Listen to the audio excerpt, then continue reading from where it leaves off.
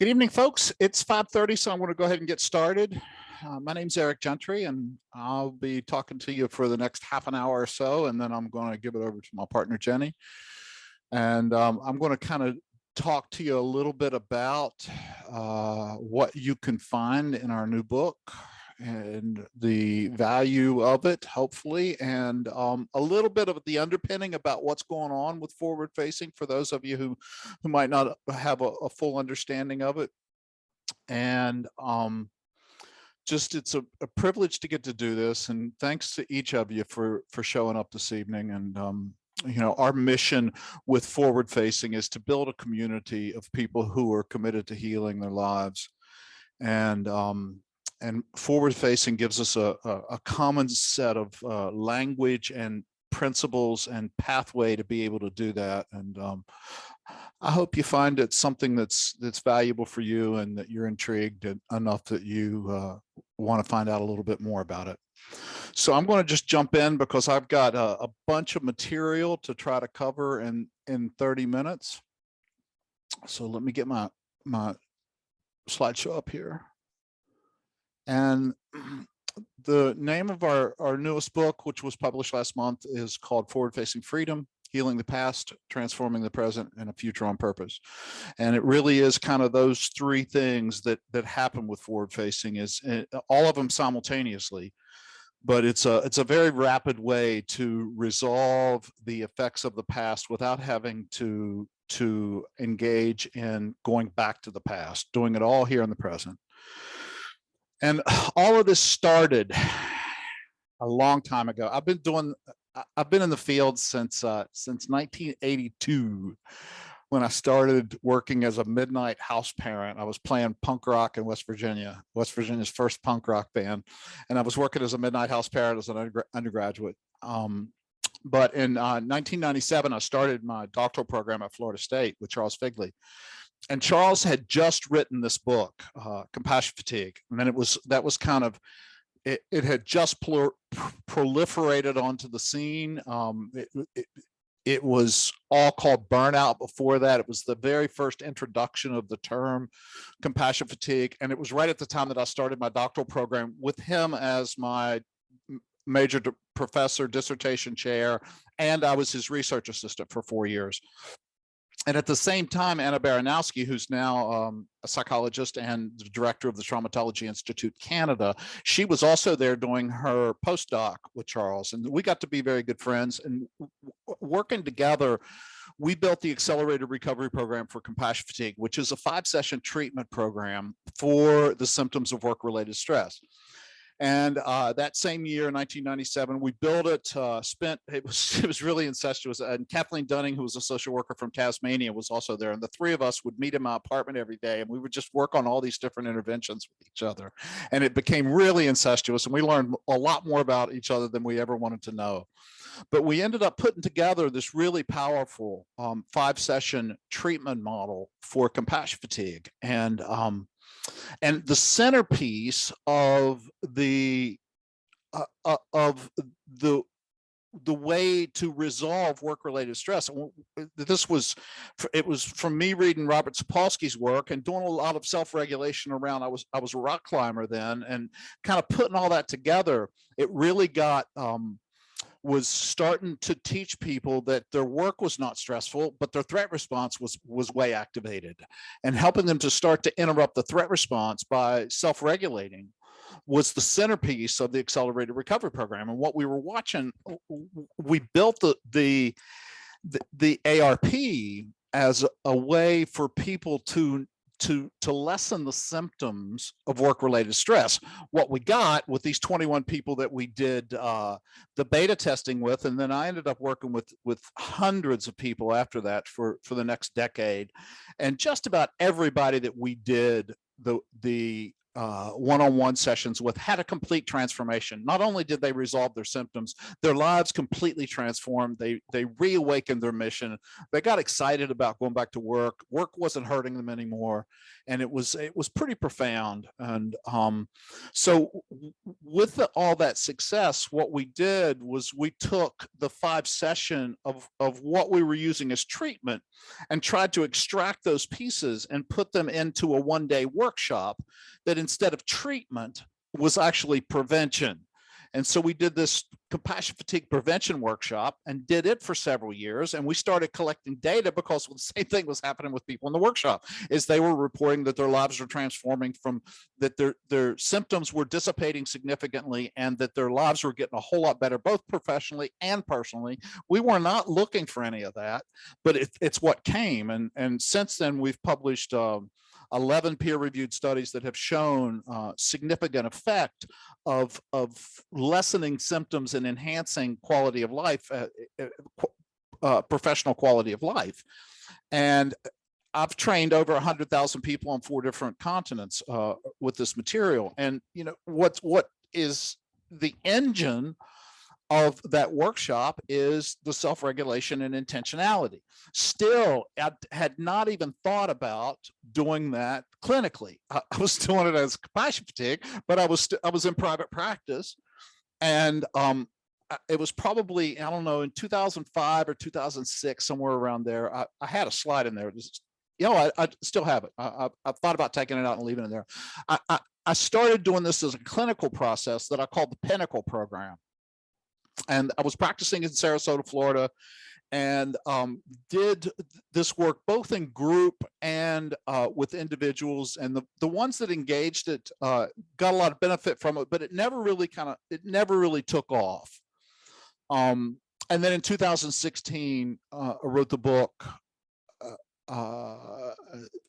Forward-Facing Trauma Therapy, Healing the Moral Wound. And since then, it's really proliferated a lot.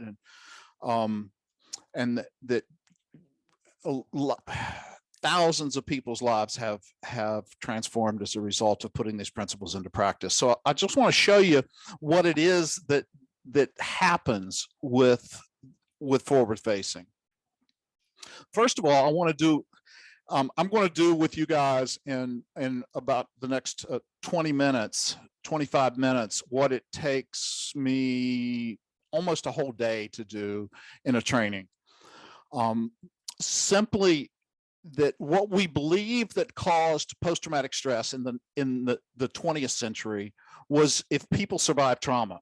Well, what we've learned is that's simply not true, is that most people that survive trauma don't get traumatized. Only 7 to 9% of the people that encounter criterion A events, actual or threatened death, serious injury, sexual violence, only 7 to 9% of those people get traumatized. It's not the event that causes the trauma. What causes post-traumatic stress is the way that the event gets encoded. And what happens during a trauma is a person gets so scared, the energy in their body, they're having a threat response, there's so much energy in the body that it actually ends up doing brain damage. It scrambles the neuronal sequencing. That PTSD is traumatic brain injury. It's not concussive or percussive, it's electrochemical, but people's brains change after a trauma. And what happens during the time that a person is surviving a trauma, that there's so much energy that the language-based memory, what we call the narrative memory that is encoded with language and decoded with language, because all the structures of that are all frontal and temporal lobe that drive the language, and that's the part of the brain that gets shut down when a person's so scared, that the trauma doesn't get encoded with language. It gets encoded with the amygdala, the hub and the wheel of fear, terror, charging the sensory memories of the trauma. So whatever the person smells or sees or hears during the trauma, those sensory fragments, the flames coming out from under the hood of a car, the smell of cologne of an assailant,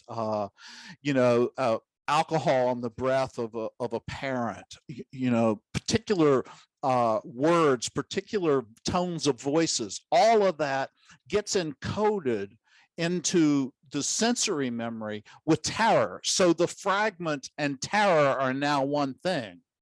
So what that does is those fragments are not integrated memories, and they intrude.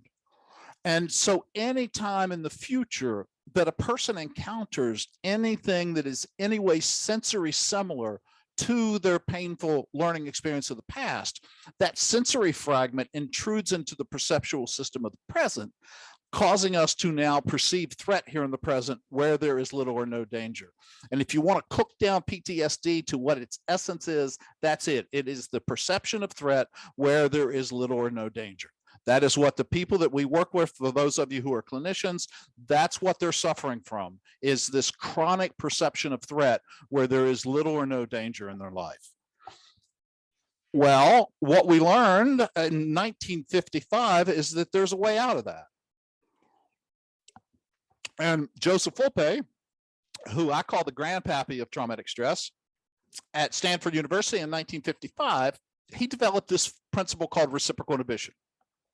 And reciprocal inhibition is in every effective trauma therapy that there is. Every single one of them uses it somehow. And so follow me through on this. And this is, there are two quotes that I hope follow me into posthumous, whatever is into the afterlife, that I hope is legacy for me. And this is one of them. This is science, but just because something is science doesn't mean that it's not a miracle. And reciprocal inhibition is miraculous. The other one is, if you don't have a frontal lobe, you don't have choice. Those are the two quotes that I hope follow me beyond my life. But let me walk you through how this works. And I kind of just did it. Is that when you take a neutral stimulus like rain,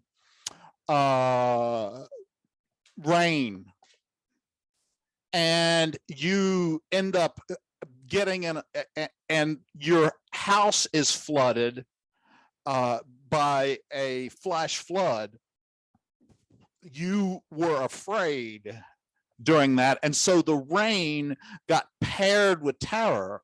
The amygdala charged the sensory experience of hearing rain falling, seeing rain falling, smelling rain falling. So this becomes a conditioned stimulus. It was a neutral stimulus, but now it's paired with fear, and it's become a conditioned stimulus, and it produces a conditioned response of fear. So that rain now is a conditioned stimulus that produces a conditioned response of anxiety or fear. But here's the really cool thing that Joseph Volpe found out at Stanford University, is that you can take somebody that has that conditioned stimulus that causes fear, and if you pair that with relaxation, that you have them confront whatever the stimulus is, and you pair it with relaxation, what happens is you extinguish the conditioned response. So that's kind of cool, and that's pretty miraculous. The way that we've done it for the past 100 years, though, is that we've done it in the therapist's office. That if you had a history of trauma, you went to the therapist, and, back in the day, you laid on Freud's couch and you talked about it, and you had an abreaction, you cried, you wept, and you shook, and you did all of that. And then, for the folks that could tolerate that, they got their trauma healed, but it was arduous and painful and difficult. And most people left and didn't follow through and didn't complete it, because it ended up getting re-traumatized from the treatment. And that's what happened a whole lot with Vietnam veterans. So it was all about narrative. It was all telling the story. It was all going back to the memories. Well, there's another way. Now, here is this whole process in a set of pictures. So we've got here this woman. Some of you who have done courses with me have seen this before. We've got this woman who's a dog lover, and she gets attacked by a German Shepherd. Now, she survives the attack. Now, after the attack, she's not just scared of German Shepherds.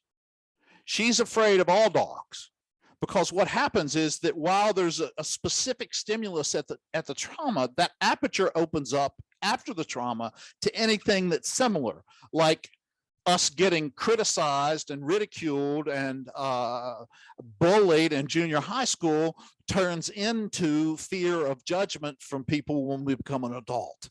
It's different, but it's similar. So this that all dogs have become her conditioned stimulus that produce fear. Perceived threat anytime that she sees this little woofer, and it's terrifying for her. Now, to show you how this process works, any of you have seen the training, I've kind of made this a motif. And so since I've done it so much, I just continue to do it because hopefully folks will remember it.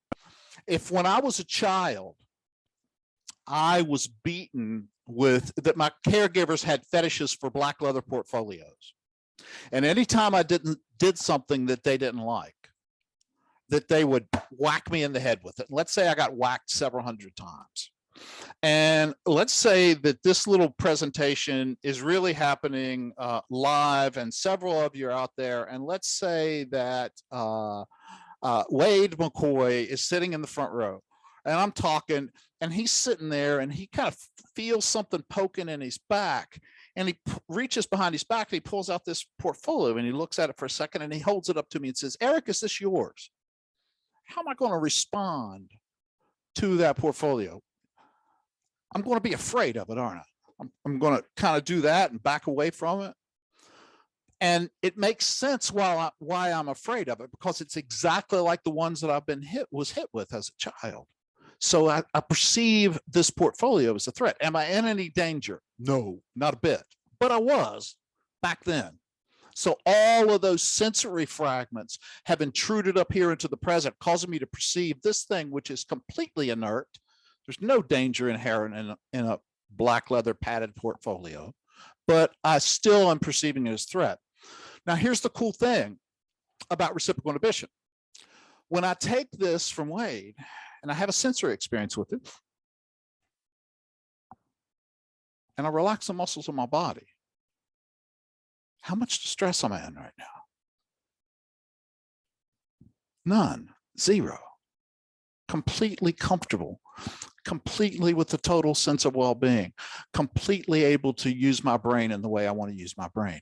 Is that I am no longer a victim of that past right now. Complete 100% ability to be without post-traumatic stress in 1 second.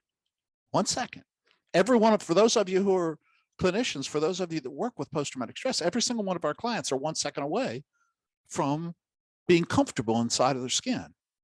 They just can't do it in their heads. We got to help them to get into their bodies and to be able to relax in the context of the things that they perceive as threatening. That's trauma therapy proper. And that's a whole different way of doing it. That is called in vivo exposure and life exposure. Instead of doing it like we did, for 100 years in the therapist office where we're telling stories about the trauma, what we're doing in forward facing is helping people to find the triggers, the things that scare them that aren't dangerous. And why do people perceive things that as scary that aren't dangerous? Because they have painful past learning associated with it. And that painful past learning is intruding into the perceptual system of the present, causing our threat response to activate all that energy in our body to jack up, muscles tighten, heart rate increasing, all of that. And as we teach people to begin to confront that in a relaxed body, then what happens is they get to be comfortable inside of their skin. And the more they do it, the more they are extinguishing the intrusion of the trauma. They are less and less and less, see if you can hear this, they are less and less and less programmed by their painful experiences of their past, and more and more and more able to be who and how they choose to be here in the present.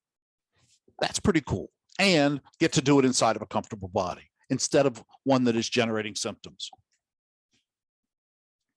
So back to our woman who is afraid of the dogs, using this process, what she could do, what we could coach her to do, or what she could do on her own, is learn how to get the muscles in her body relaxed. And then go to the animal shelter and sit with this little doggy and pet him and relax her body. And then sit with this doggy and relax her body. And then this one, and then this one, and then this one. After each, during each time, getting her body relaxed, she's probably going to have a little bit of fear each time, but every single different dog, and every single time she does it, it's going to stair step downward until she finally pets the German Shepherd and gets her body relaxed. And now she has extinguished the effects of the attack. The attack's still there. It still happened. It was still a painful thing. It's just not contaminating her present anymore. I don't know, color me an optimist. I think that's pretty exciting. I think that's pretty exciting stuff, that we can heal our past here in our present. And that's been the drive of forward facing. In working with all those folks, I worked the first group of people that I worked with. I got a call from, did actually a presentation in 1998 at FBI headquarters in Washington, D.C. with their EAP program. It was really interesting because most of the EAP program for the FBI are ex-agents that have gone back and gotten either a counseling degree or a human resources degree. And they are ex-agents that work with present agents, which is pretty cool. And we did Charles Figley and I, we went and did the presentation for that group of folks, and they gave me it was really, I still have it in my jewelry box. I think it's Saint David. I can't remember. It's the law enforcement. It's the patron saint of law enforcement. Maybe Joseph. I can't remember which saint it is, but they gave me a little medallion of it, and it's pretty precious. Well, what happened after that was that the director of the EAP for the FBI called me and told me that he had a chaplain in Oklahoma City who had run the mortuary at the Murrah Building bombing. And he was in so much pain. This is like 1998, late 1998. So it's 3 years after the bombing.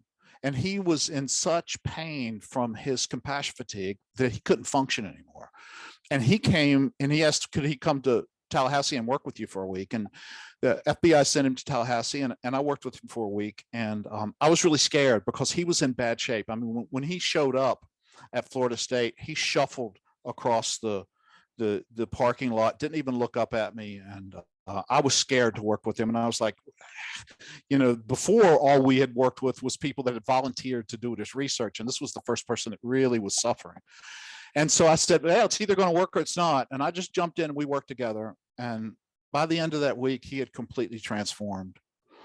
He went back to Oklahoma City and he made arrangements. He was he was the chair of the committee that ran Project Heartland, which were all the people that worked with the survivors of the Murrah Building bombing, the law enforcement, psychiatrists, psychologists, social workers, counselors, case managers, just all those people ended up coming over the next year and a half or 2 years, spent a week with me, and every single one of them had those transformations. But as I sat and talked with them, one of the things I started discovering was that the more symptomatic they were with compassion fatigue, the more they were in violation of, more frequently they were in violation of their integrity. And the other thing that I found was that as people get into stressed out states, one of the first casualties of being stressed out is mission. That mission dies when a person is just surviving their work. So we started building in to the accelerated recovery program this idea of intentionality. And so what we've discovered is that the more energy you have in your body with a threat response, the longer that you stay in the context of a coworker who you hate, which is really a threat response, or your spouse is saying mean things to you, or your children are not acting the way you want to act, and you are experiencing that as a perceived threat because it's similar to, what you got in trouble for when you were a child. What's happening is the energy in your body is increasing, which simultaneously your brain neocortex, your frontal lobe functioning is decreasing. The part of your brain that is responsible for managing all this energy is going further and further offline. And so what happens when you reach threshold, when there's so much energy and you've lost so much neocortical functioning that you can't control that energy anymore, it doesn't matter how much you believe in a set of principles, you're going to breach them. That you are compelled against your will. Every single animal, when they get afraid, they are compelled to either act aggressively or avoidantly.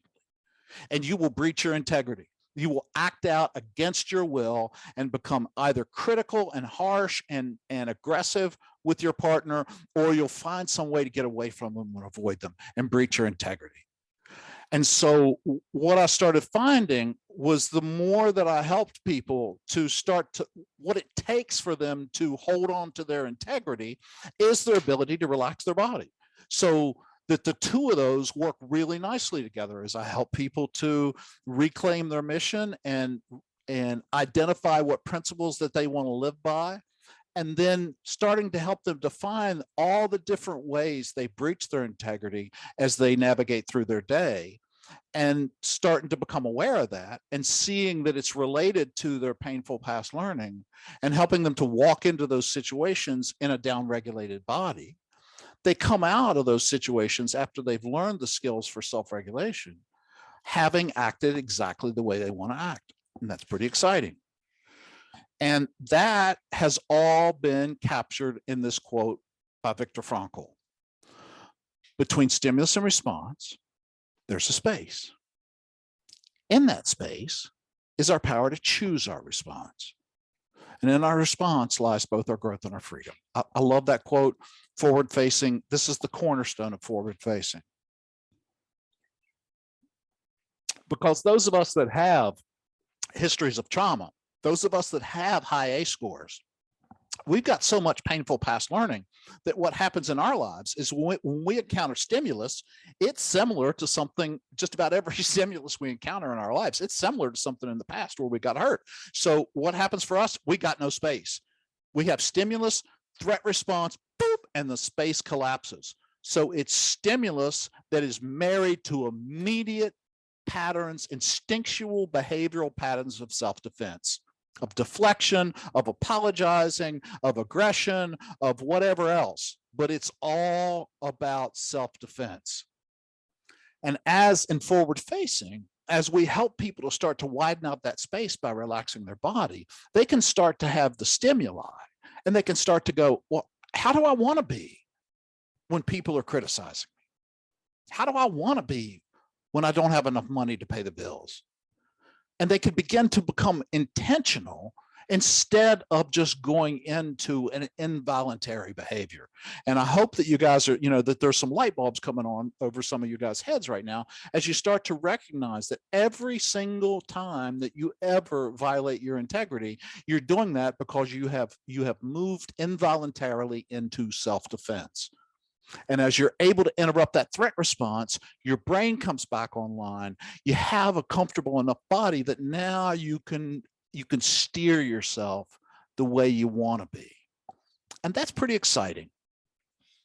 So it looks like this, we've got this guy that is wanting to be kind to his coworkers, and somebody doesn't say good morning to him. And because he's got no space and no skills for self-regulation, he acts out with aggression towards that person, and he, steals their lunch out of the refrigerator and hides it or something, does some passive aggressive thing. But as he learns how to stay in a body that is relaxed, then with a brain functioning and a relaxed body, he can say, well, maybe they're having a bad day. Maybe something happened in their lives. Maybe I should step to them and ask them about that and be kind to them and be intentional about the way I want to handle myself. And that's what a forward-facing life looks like, is where we can begin to become intentional.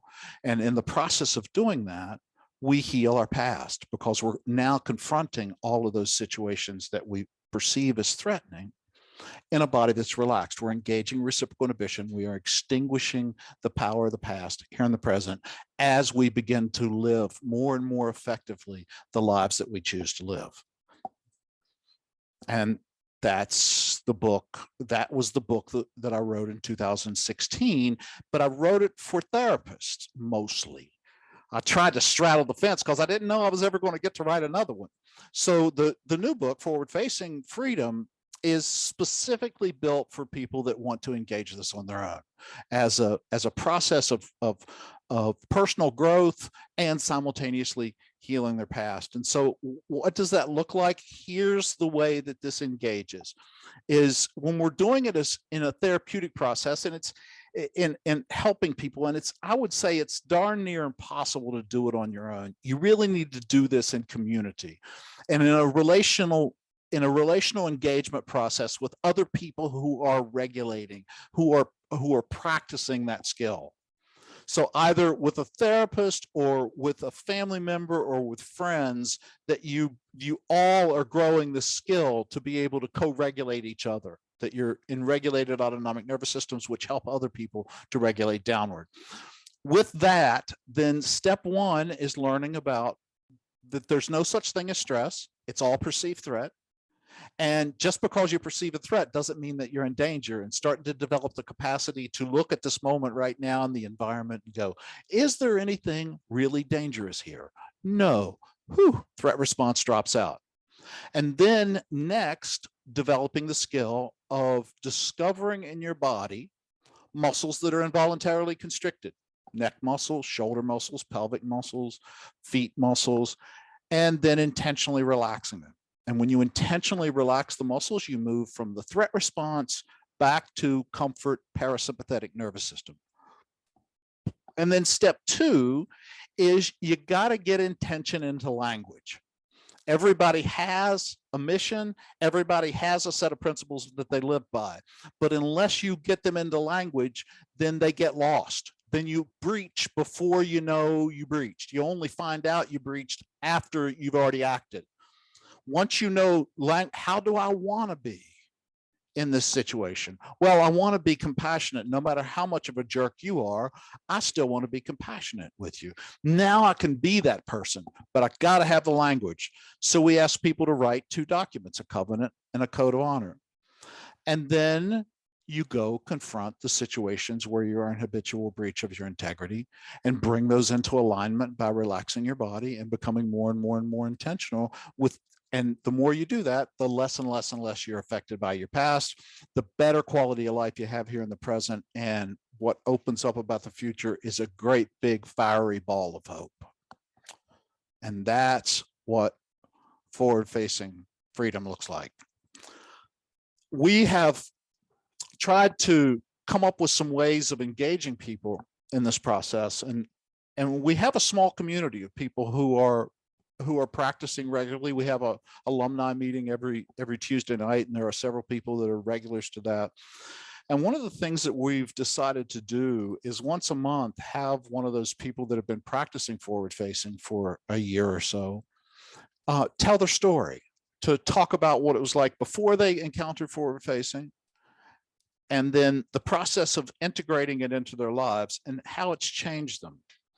And since we're kicking that process off tonight, and you've heard kind of the science from me, I want to introduce you to my partner in crime in the Forward Facing Institute, Jenny Brachman, and she's going to do the soulful, relational, real, qualitative experience of what it's been like for her to have started with this material and how it's changed her life. So I hand things over to my friend Jenny.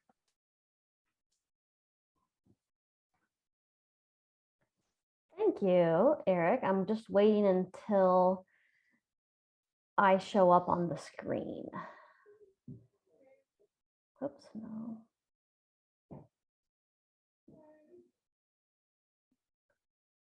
I think if you mute yourself. You're good now, Jenny. You're full on. Okay. Okay. So I just see you full on. So I'm trying to get that to switch for the recording.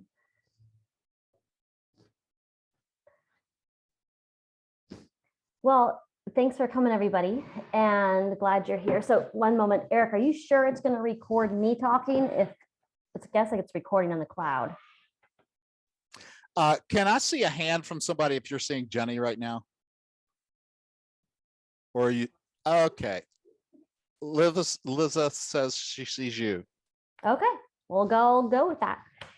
Thanks for coming, everybody. And what does Michelle say? Yep, as long as you can see me, we're good. So the first thing I want to say about forward-facing freedom is imagine that science that you just heard from Dr. Gentry for the last 30 minutes at really a 7th grade level. And that's what forward-facing freedom is.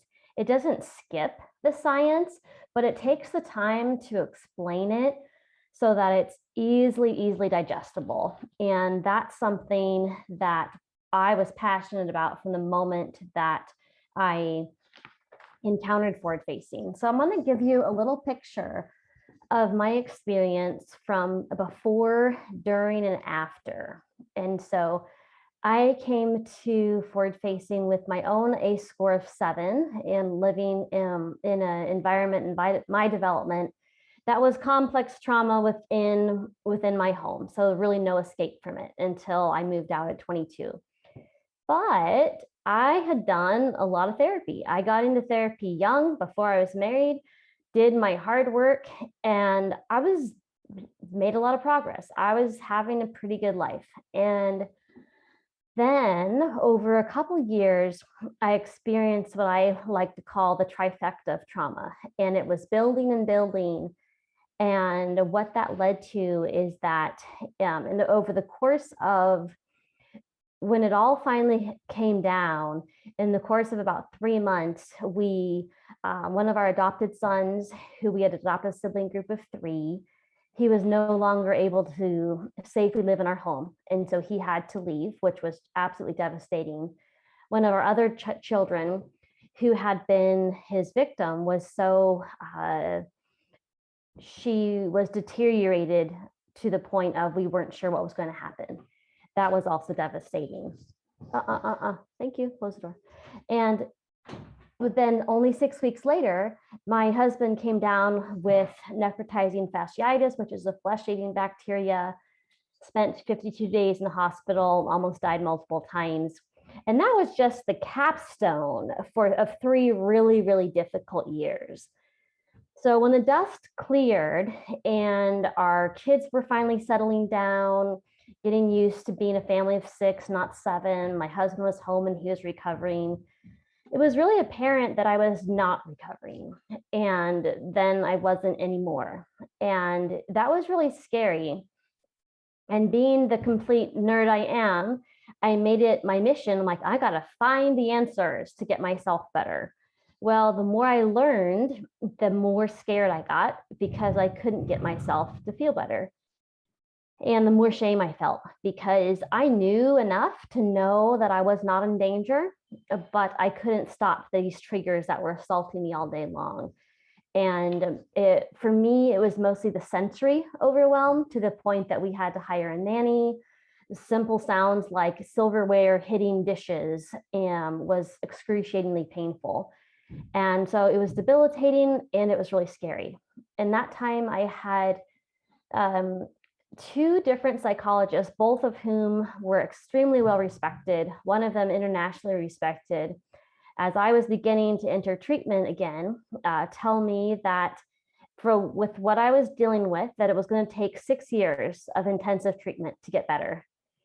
And I don't know about you, but I have this oppositional defiant part inside of me that was like, I choose not to believe that.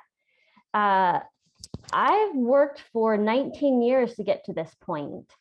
And if you're telling me 6 years until I improve significantly, I don't know. I didn't know what else to believe, but I didn't want to believe that. And that's the scene into which I encountered Eric. Like a lot of you, I discovered him by accident on YouTube. And as I was thinking about this, I don't believe it was words that got my attention, but rather it was his tone.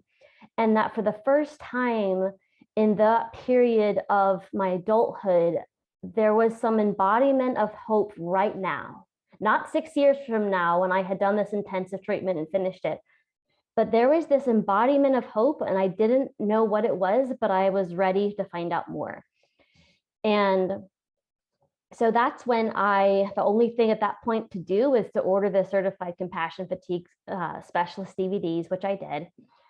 And I'll never forget watching to that DVD and hearing him say, if you were to look around your room, which at that point was my living room, and without any of your learning history, what would you perceive as dangerous or threatening? And the way I could look in my living room was this whole rectangle oval of my living room, middle room, and kitchen. And it was this amazing moment of realizing it's my learning history that's causing my distress, not my environment. And so I just started immersing myself in this as much as I could.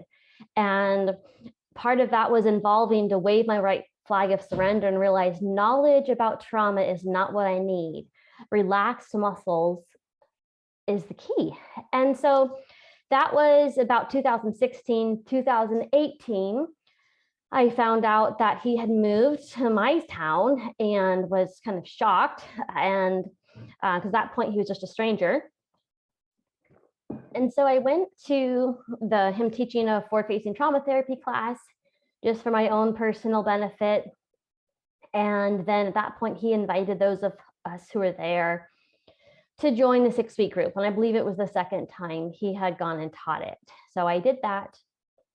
That was a really powerful experience because it was so scary for me at first. I definitely had the least amount of higher education in that group, even though I have a bachelor's degree. And with where I come, with my trauma and educational deprivation, that was just a massive perceived threat. But I surrendered into it.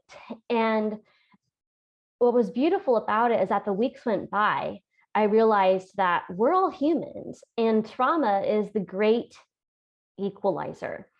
And all of us have painful past learning. All of us carry shame. All of us carry heaviness. And so to be able to see the humanness, and so by the end of the group, at the beginning of the group, I felt like the lowest. And by the end, I felt like I was among peers. And that was a beautiful experience, amongst other things. And so I finished this group. I remember telling the therapist I was seeing at the time, and she was kind of skeptical, and, because she was really determined that her 6 years of treatment was the way to go. But then, so that finished in about mid-March. So now we're getting to April, May, and I'm like, ugh, I know I still have tools, but this isn't working, as there's not the catalytic energy that I experienced when we were meeting weekly. And so that summer, I really pondered that and was both frustrated by my own inability to keep up the resilience that I'd experienced in the group. But then I was also inspired because I knew that what I had experienced, anybody could experience. And I knew the shortage of mental health professionals and the shortage of good treatment. And so I really wanted to be able to take this to friends and take this to peer groups. And so in fall of that year, 2018, is when I approached Dr. Gentry and said, hey, I have a vision to do what you've done and to kind of translate it into something that is digestible and understandable for lay people, because not everybody without a PhD has the same zest for neuroscience that I do. And so that's how we started working together.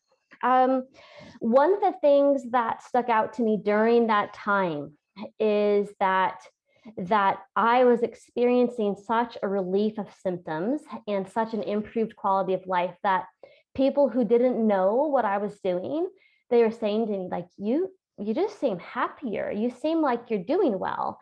And I hadn't ever had the experience of people telling me that. And so that was really encouraging. And I want to share now a couple ways, and then we'll move into questions. I want to share a couple ways of how I experience forward facing now, both in like strengths and weaknesses. So in that summer of 2018, when I realized that I wasn't doing so well with it on my own, as I talked to others who had finished the groups, I realized that, that wasn't an unusual experience, that we need community.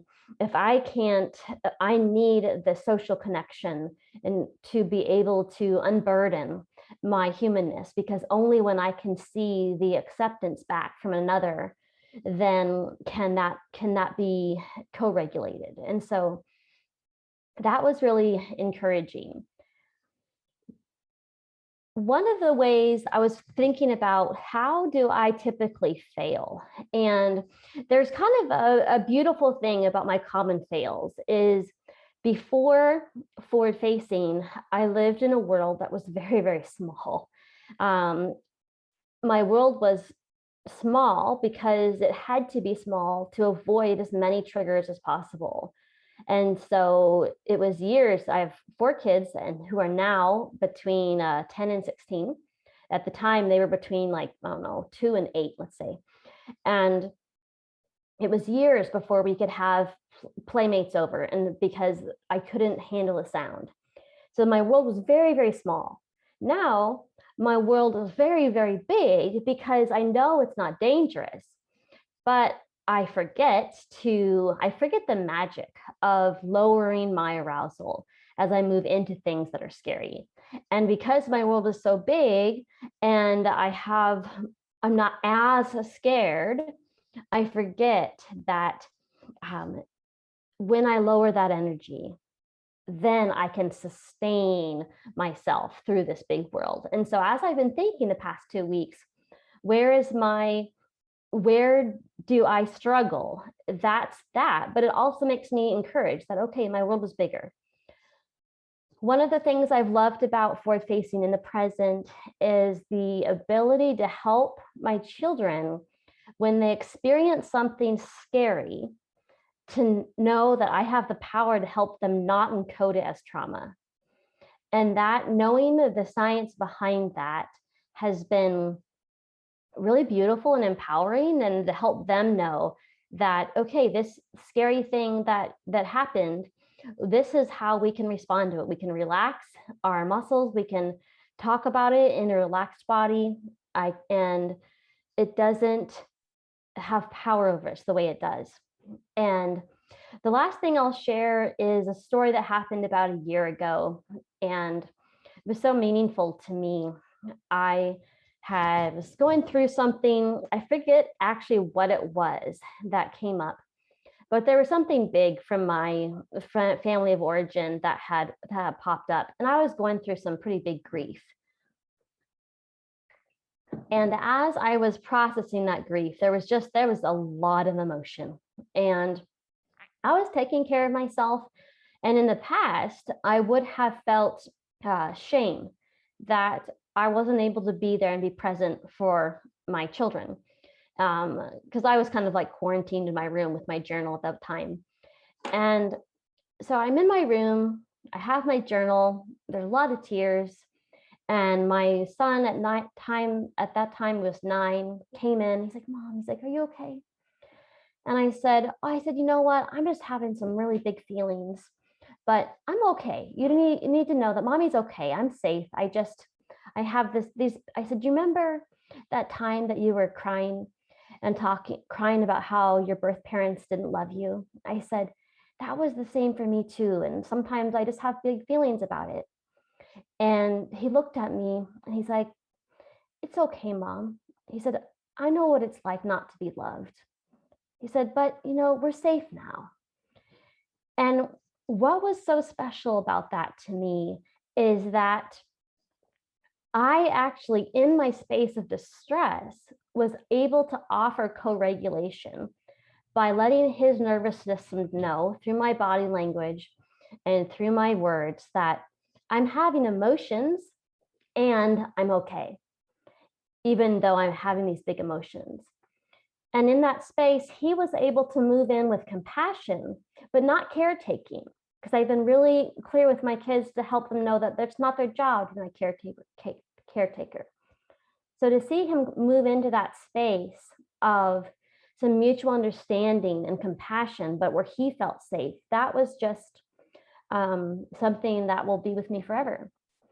So so the essence of forward-facing freedom is everything that we talked about here, both the science and the narratives. And we're going to open it up for some questions now. And how we're going to do that is you can raise your hand and one of us will unmute you. That was beautifully done, Jenny. Thank you. Yeah, I don't think I've ever told you the story about that psychologist who told me to be 6 years. Was thinking about it. I'm like, I don't think I've told you that.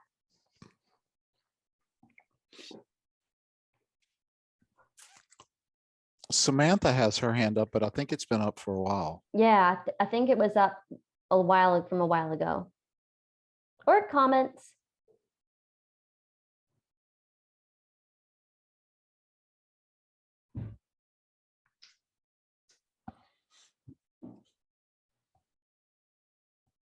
Samantha's hand is raised for real now, I believe. Yeah. She should be able to unmute now. All right, Samantha, floor is yours. Wade, you're on deck. Okay, can you hear me? Yes. No? Yes? Okay, sorry, I'm in the car. At one point, your organization was having a 6-week training. Remember that? Yes. Are you still doing that? We are, and Raquel asked the same question, and it begins January 12th. And so you'll be getting a follow-up email that shares some of your next step options. And so one of those, yes, is the, I love the saying encounter group. That's really creative, Raquel. Yes, that will be, it begins January 12th at 6:30 Wednesday nights. And if that time doesn't work for you, most likely late spring, we'll have a daytime option. Okay, so then we'll get a follow-up email and I can just follow up with that. Yes. I've been a groupie of Dr. Gentry since 2016, and I did one of the PESI courses, and it's nice to see you guys, and I was very excited to see this happening. So congratulations to both of you. Thank you.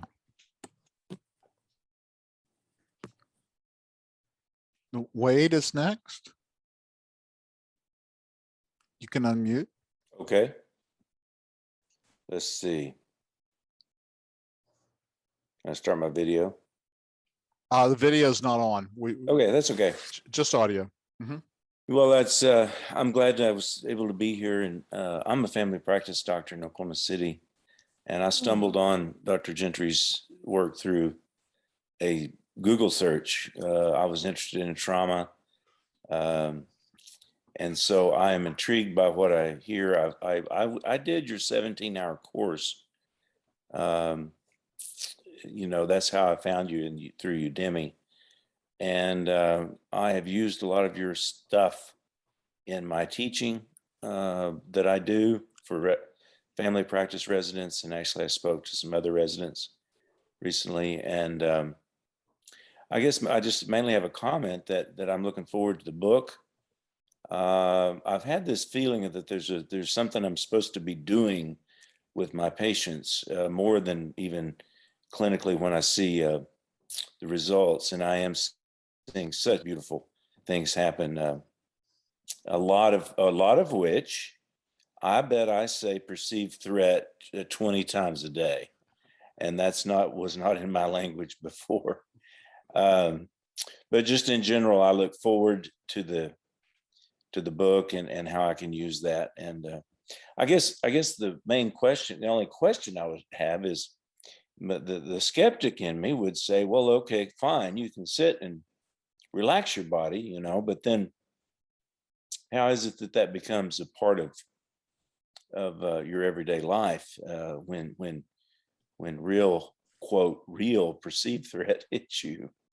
So, you know, that's what I would kind of say is, how does that work? Well, I can feel that one because I've been doing this for 20 years, and every time that I check in on my body, it's tight. I've never, ever discovered my muscles relaxed, ever, not once. So I'm always failing, always. but what I'm doing is practicing it more and more. So I'm failing less and less and less, which is turning into a success in my life. And it's an increasingly better quality of life because I have, like Jenny, pretty high A scores. I'm afraid of everything. And so it's the more you practice it, the more you get from it. And what I've found in working with people over the years is we let it go for months at a time and don't practice it very much. And our lives get really not very good. And then it's like, oh, wait a minute, I got these skills. And it almost like you have to connect with somebody else that's doing it. Right. In order to have that relational support to sustain it. That's what I've found. That's part of the reason why we have a Forward-Facing Institute. So Jenny and I can continue to be engaged with people and get the benefits from doing that in our own lives. Yeah. A little bit like a phrase like daily maintenance. Yes. Yes. And so, well, thank you. Dr. Gentry, my picture on here is me aged 30 years, actually. So that may be why you may be a little bit confused about who this old guy is. Well, I remember our chats together, and I'm really, really honored and grateful that you've shown up this evening, Wade. Blessings to you. Yep. Thank you. Happy Thanksgiving. You too. Samantha asked, will we have access to this recording? You bet. And that'll be in the video also. I mean, in the email also.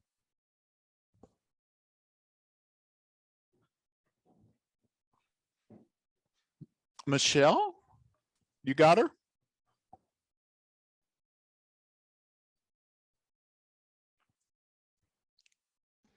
Okay, hi, can you hear me? Yes. Great, thank you. Well, thank you both for doing this tonight. I think this was a really, really cool idea to go along with the release of the book. I know it's been doing well on Amazon and it's been getting really good feedback. So very proud of you. Big fan over here.